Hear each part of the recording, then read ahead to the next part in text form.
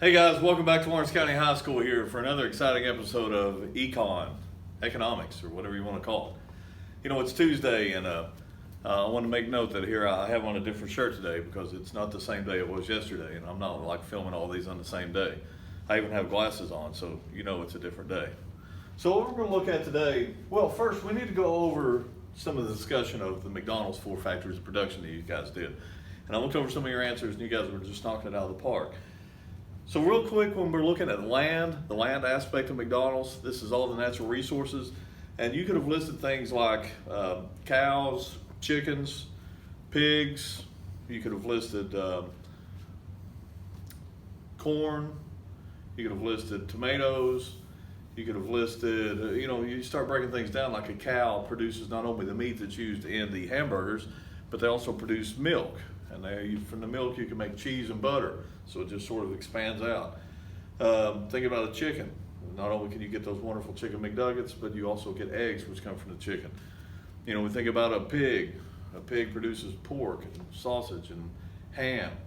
So there's lots of stuff there. Think about coffee. Think about oranges. Think about apples. Think about lettuce. All the things that come from the earth that's used in the production of the food at McDonald's. You're going to have tons of those things. So that's the land part. Think about the labor. The people who are actually frying the food, the hamburgers. People who are assembling the hamburgers together. People who are running the cash register that you come inside, back when we could come inside.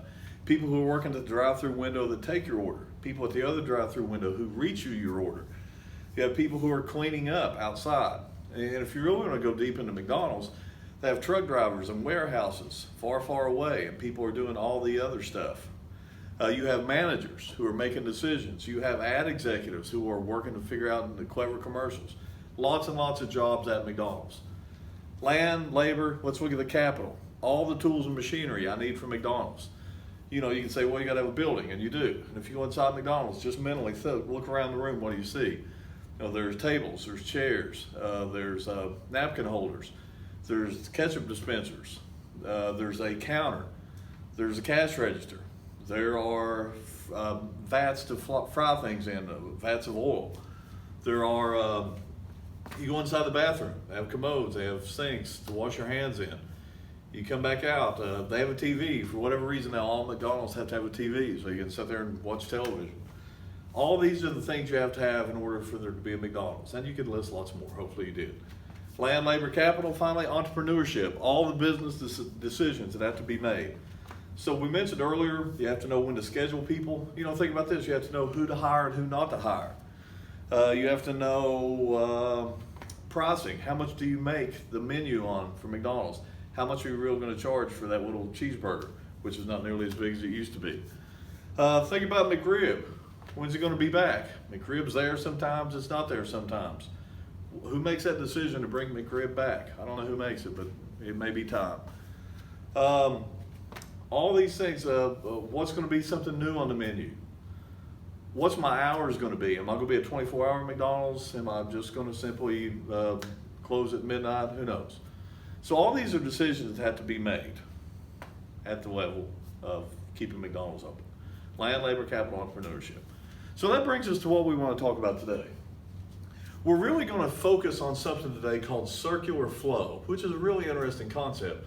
But before we dive into it, we have to look at a couple things. One is something called wages. What is a wage? I know you have an idea in your head.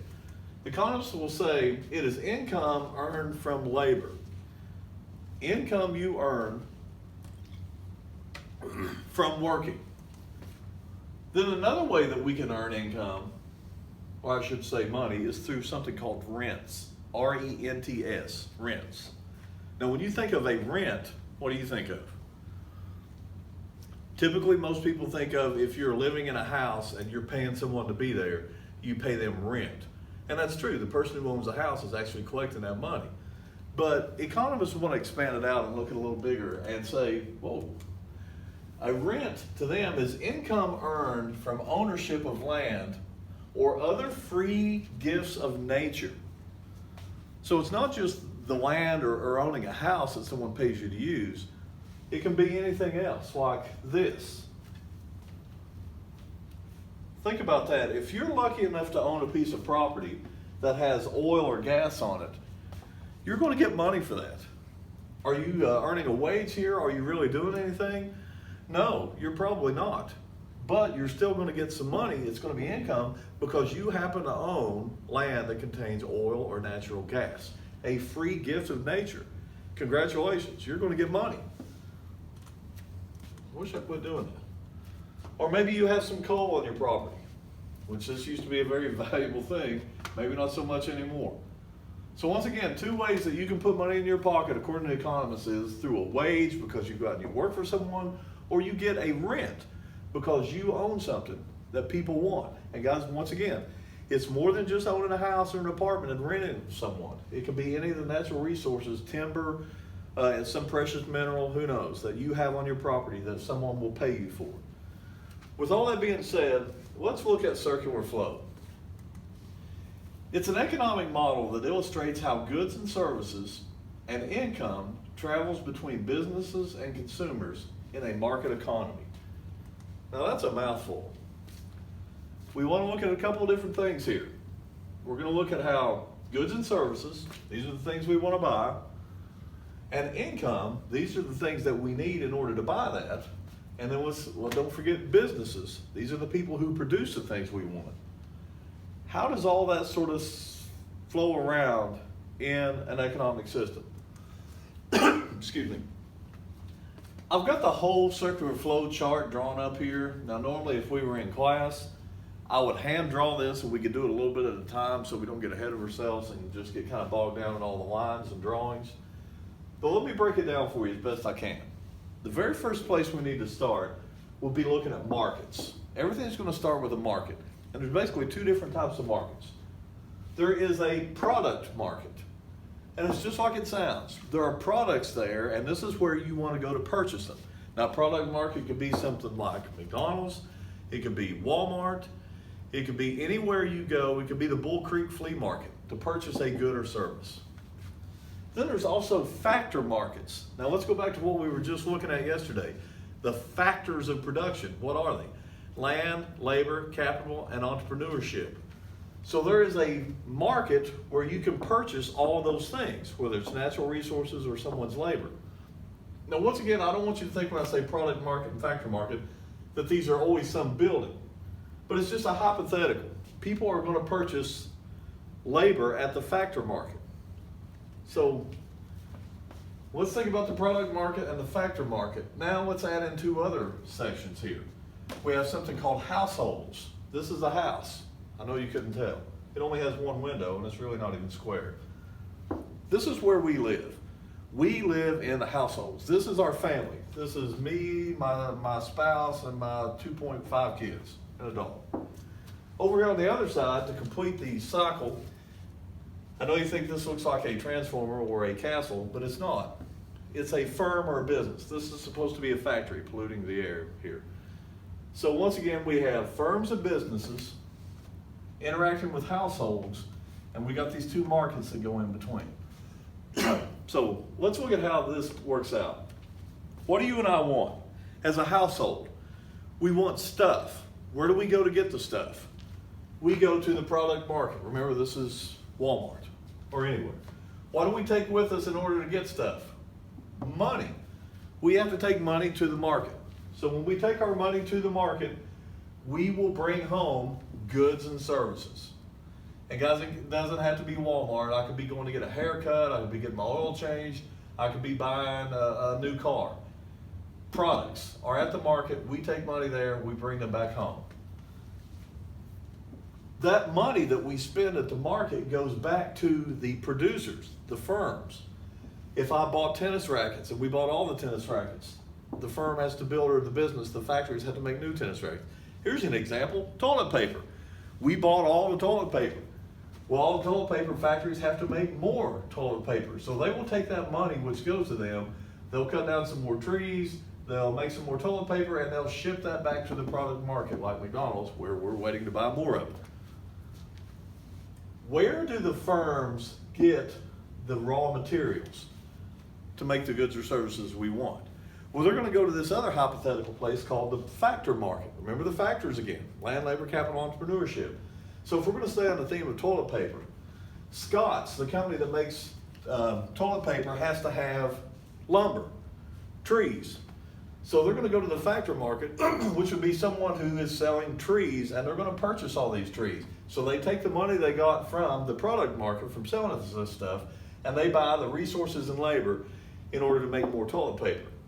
You may say, where did the trees come from? Well, who owns trees? We do. People own trees. So it comes back to the households. The households have two things that the factor market has to have. One, households have the resources. We own land, we own property, we own timber, we own coal, we own natural gas, we own animals. So we have all these things to sell at the factor market. Remember, these are part of the 4 factors of production. And what do we get in return? We get money for this. If you have a lot of timber and you sell it to a logging person, you're going to get lots of money. Now, just to keep the circle going, what are you going to do when you get that money? Well, you're going to turn right around, you're going to go to the product market, and you're going to buy something with it. So that's why it's called circular flow. We have money. We buy things at the product market. That goes back to the firms and businesses who produce more goods and services by buying raw materials. Oh, and by the way, I left out labor. That's another thing that we own. Think about that. You own labor, and you sell your labor to someone. I'm selling my labor right now to the Lawrence County Board of Education. They're paying me to teach you stuff. If you work for a coal company, you are selling your labor, your ability to run whatever piece of machinery it is you run. They give you money in return for your labor. That's another example of the factor market. So just sort of bring it all together here. Households interact with firms by going to the product market and buying the goods and services which they produce. The firms have to go to the factor market to buy more raw materials and labor to produce more stuff that we will buy. And money's just going in a circular flow all around. Now let's don't leave out the government. The government is a major player here. So we stick the government right in the middle. Does the government buy anything at the product market? Can you think of any goods and services the government buys? And the answer would be absolutely. Think about airplanes that the government has to have for the military. The government doesn't make those. They buy them from Boeing. So they go to the product market to buy a good or service. Police cars. Governments have police forces and they have to have police cars. So they go to the product market to buy police cars. The government doesn't make police cars. Let's think about maybe some raw materials or resources and labor. I can think the government has to hire lots of people, so they're buying lots of people's labor in order to keep our country running. I mean, let's look at the president, for example. You pay the president to be president of the United States. We're buying his services. All 535 members of Congress, we're buying their services. You get the picture. Also, if you want to look at some resources, I'm thinking probably the government would buy things like uranium because, one, they don't want people out dealing uranium because you and I should not have our hands on uranium. But yet the government's probably going to produce that and keep it out of the hands of civilians or terrorists or whoever. And the government in turn will send money to the product market when they buy Crown Vics for police cars or they buy our labor. Where does the government get the money to do all that stuff? Well, that's an easy answer, through taxes. Who does the government tax? Well, the government taxes households. You and I pay a tax. We pay an income tax on all the money we earn to the government. Firms and businesses also get taxed. They're going to pay taxes on all the profits they make and everything they produce. All that's coming to the government. So now the government has money to buy things at the product market and at the factor market. The government also will kick some money back to households sometimes in something called entitlements or welfare payments. So if your family doesn't earn enough money and you're below a certain guideline, then you may get some cash money or you may get a SNAP or food stamps or you may get medical assistance. So the government's taking some of that money and kicking it back to households to help people out. Now, something I forgot to draw on here, the government is also going to help businesses out because sometimes they give them something called subsidies. The government will pay a factory to produce a certain good that's really in demand right now. Farmers usually get a whole lot of subsidies, and maybe let's just use dairy farmers, for example. The government will help pay for farmers to produce milk. So we need milk because it's milk to drink, it's cheese, it's butter.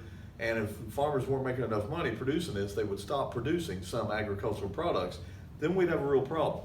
So the government supports lots of different factories, lots of different businesses with something called a subsidy, and we'll look at that more later on. So here in this wonderful circular flow,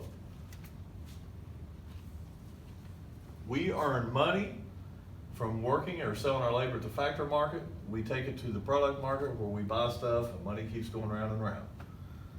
Now there are two things missing here. We call these leaks in the circular flow. Two things that would take money out of this circular flow. Number one is savings. When you save money, you're no longer spending it and it's not going around in circular flow. So even though your parents tell you it's a good idea to spend money, your parents will tell you it's a good idea to save money. Economists say spend money. Don't save it. Your mattress stuffed full of $1 bills isn't doing anyone any good. You need to go out here and buy goods and services, and that's good for the economy. Another leak in the circular flow of the economy would be whenever you buy goods from a foreign country. This is just a circular flow for the United States. But if you're buying goods and services that are made in China or Taiwan or wherever, your money's no longer in this circular flow. Now you got a product for it, but your money went over here. Now if you really want to step back and look at a global economy, you can say, yeah, I may have sent my money to China, but China's going to turn right around and they're going to buy something like an Apple phone from the United States. So it's just a bigger picture of the circular flow, and that's for another discussion. We're just looking at the circular flow in the United States. So remember, two leaks in the circular flow would be savings and buying imported goods. There'll be a quiz attached to this video below, so please take the quiz, submit it, and we're still trying to look at having that test on Thursday or Friday. Have a beautiful day.